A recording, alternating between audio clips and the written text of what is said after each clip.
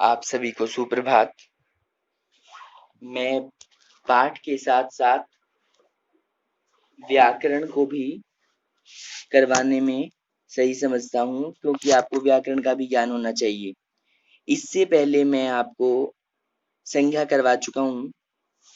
प्रयोग के आधार पर जो शब्दों के भेद हैं, उनमें संज्ञा, सर्वनाम, विशेषण, क्रिया, क्रिया विशेषण, संबंध बोधक, समुच्चय बोधक, विस्मयादि बोधक है, जो आप अगली कक्षाओं में विस्तार पूर्वक पढ़ेंगे।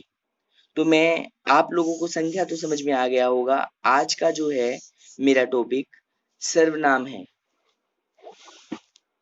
बच्चों, मैं आपको सर्वनाम के डिटेल में तो नहीं जाऊंगा, लेकिन ऊपरी तौर पर आपको बता देता हूं, जिससे आपको किसी तरह की दिक्कत ना हो और आपको यह न लगे कि मैंने सुना नहीं है। तो सर्वनाम संख्या के स्थान पर प्रयुक्त होने वाले शब्द को सर्वनाम कहते हैं। जैसे मेरा नाम ही बोल देता हूं मैं, राजीव फुटबॉल खेल रहा है। राजीव की जगह राजीव आपको पता है संज्ञा है, किसी का नाम जो होता है वो संज्ञा होता है। अगर मैं उसकी जगह मैं शब्द का प्रयोग करूं कि मैं फुटबॉल खेल रहा हूं, तो मैं जो शब्द है वो सर्वनाम हुआ। आप देख रहे हैं जैसे बच्चा क्रिकेट फुटबॉल खेल रहा है, मैं फुटबॉल खेल रहा हूं, मैं जो है वो सर्वनाम है। सर्वनाम का अर्थ है सबका नाम। जिसका भी नाम होगा उसके स्थान पर कोई भी चीज प्रयोग होगी, उसको सर्वनाम कहते हैं। जैसे सब लोग परीक्षा में पास हो गए, तो कौन? सब लोग। अगर हमारे मन में प्रश्न आए कि कौन, उसको सर्वनाम कहते हैं। जैसे तुम कहाँ जा रहे हो, तुम। कौन कहाँ जा रहा है, तुम कहाँ जा रहे हो, तो तुम इसमें सर्वनाम हो गया। आगे देखिए इसकी परिभाषा। संख्या के स्थान पर प्रयोग किए जाने वाले शब्द सर्वनाम कहलाते हैं।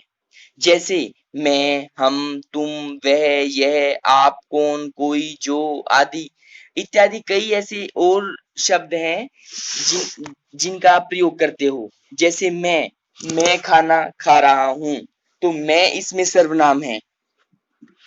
हम घूमने जा रहे हैं में हम सर्वनाम है। तू मुझसे बात मत किया कर, इसमें तू सर्वनाम है। तुम क्या कर रहे हो, तुम सर्वनाम है। वह मुझे अच्छा नहीं लगता, वह सर्वनाम है। यह तो बहुत अच्छा है, यह सर्वनाम है।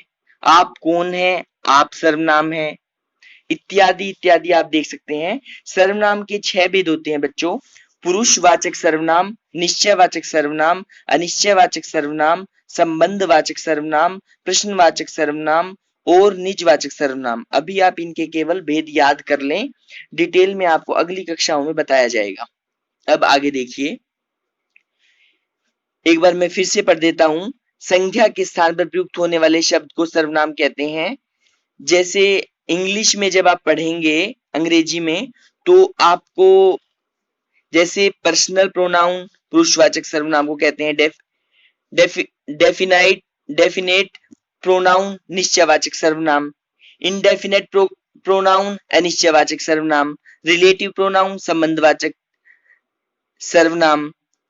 इसी तरह प्रश्नवाचक सर्वनाम और निजवाचक सर्वनाम हम समझ सकते हैं। आगे देखिए, अब सर्वनाम शब्दों के विशेष प्रयोग, जैसे आप, वे, ये, हम, तुम, अभी आपको बताया मैंने, शब्द बहुवचन के रूप में प्रयोग किए जाते हैं। जैसे तुम कहाँ जा रहे हो, मान लीजिए तुम कहाँ जा रहे हो में हम किनको कहेंगे?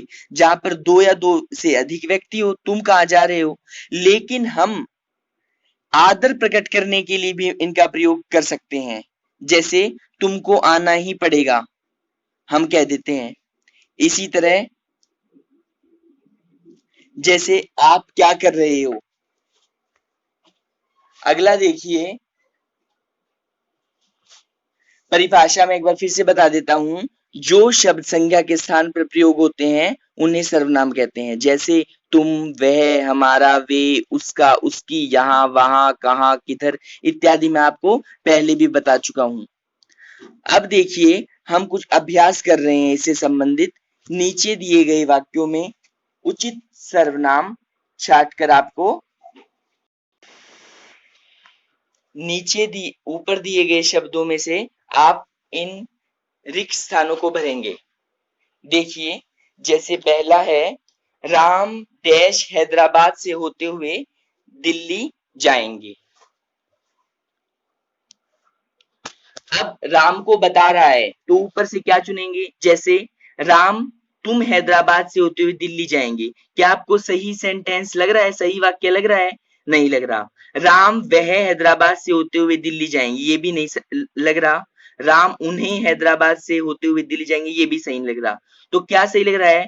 राम हम हैदराबाद से होते हुए दिल्ली जाएंगे। ठीक है, आगे देखिए, सुना है तुम भाई की अच्छी कंपनी में नौकरी लग गई है। क्या ये सही है? नहीं है। क्या सुना है वह भाई की अच्छी कंपनी में नौकरी लग गई है? यह सुनने में तो अच्छा लग रहा है लेकिन व्याकरण की दृष्टि से सही नहीं है। तो क्या सही है? सुना है उसके भाई की अच्छी कंपनी में नौकरी लग गई है।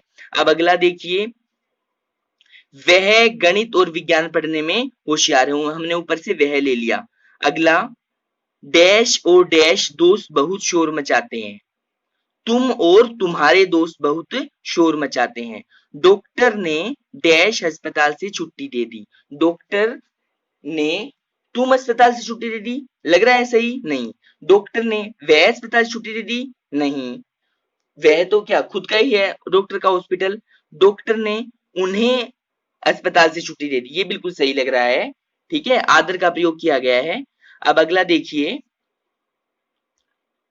नीचे लिखे वाक्यों में के खाली स्थानों में से कोष्टक में दिए गए सर्वनामों के यौगिक रूपों को, यौगिक रूप होता है अलग अलग रूप हो सकते हैं सर्वनाम के। जैसे डैश लड़के का व्यवहार बहुत अच्छा नहीं है। वह लड़के का व्यवहार बहुत अच्छा नहीं है। वह की जगह आपके लड़के का भी लिख सकते हैं हम, उस लड़के का भी कह सकते हैं। ये अलग अलग सर्वनामों के यौगिक रूप हैं। जैसे उस लड़के का व्यवहार बहुत अच्छा नहीं है, उस सही शब्द प्रयोग हुआ है। दूसरा, क्या मैं, अब ब्रैकेट में आपको आप दिखाई दे रहा है, क्या मैं आप नाम और पता जान सकता हूं? क्या आप किसी से किसी का नाम पूछेंगे तो ये सही है? क्या मैं आप नाम और पता जान सकता हूं? नहीं। क्या मैं आपका, तो यही आपका जो है इसका यौगिक रूप हो गया, अलग रूप हो गया सर्वनाम का। तीसरा देखिए, डैश आपका नमक खाया है। गद्दारी कैसे करूंगा? मैं आपका नमक खाया है, बताइए गलत है ना? ये वाक्य है। मैंने आपका, तो मैं का हो गया, मैंने आपका नमक खाया है। अगला, लगता है कि वह स्टेशन पर ही ठहर गया है। मैं लगता है, अगर इसके आगे डैश है जो लगाया हुआ नहीं है, मैं लगता है, मैं लगता है अगर कहेंगे तो सही माना जाएगा? नहीं। मुझे लगता है, तो मैं का जो अलग रूप हो गया सर्वनाम का, मुझे हो गया। डैश इंतजार नहीं करना पड़ेगा, बस मैं गया और आया। आपको, आप इंतजार नहीं करना पड़ेगा किसी का, आपको। वही डैश बहका रहा होगा, वही तुमको बहका रहा होगा। इस संकट की घड़ी में मैं साथ होना चाहिए। मैं और वह, इस संकट की घड़ी में मुझे साथ होना चाहिए, उसे साथ होना चाहिए। इस तरह से हम रख सकते हैं। परीक्षा से पहले तुम ठीक से तैयारी कर लेनी चाहिए। तुम्हें, अब तुम का जो यौगिक रूप है, अलग रूप है, वो हो गया तुम्हें। डैश वकील का क्या करना कहना है? तुम्हारे वकील का, तुम की जगह अब की बार तुम्हारे। डैश लगता है कि डैश लोगों के लिए अभी दिल्ली दूर है। इसका बताइए क्या होगा? आप अपने अभिभावकों से पूछकर इन सबको अच्छी तरह से करेंगे। मैंने आप लोगों को समझा दिया है। और इससे संबंधित अभ्यास पत्रिका जो है, वर्कशीट, मैं आपको उपलब्ध करवा दूंगा जिससे आप कर सकते हैं। तो बच्चों, आपको ये सर्वनाम का टॉपिक कैसा लगा, आप मुझे बताएंगे। धन्यवाद बच्चों।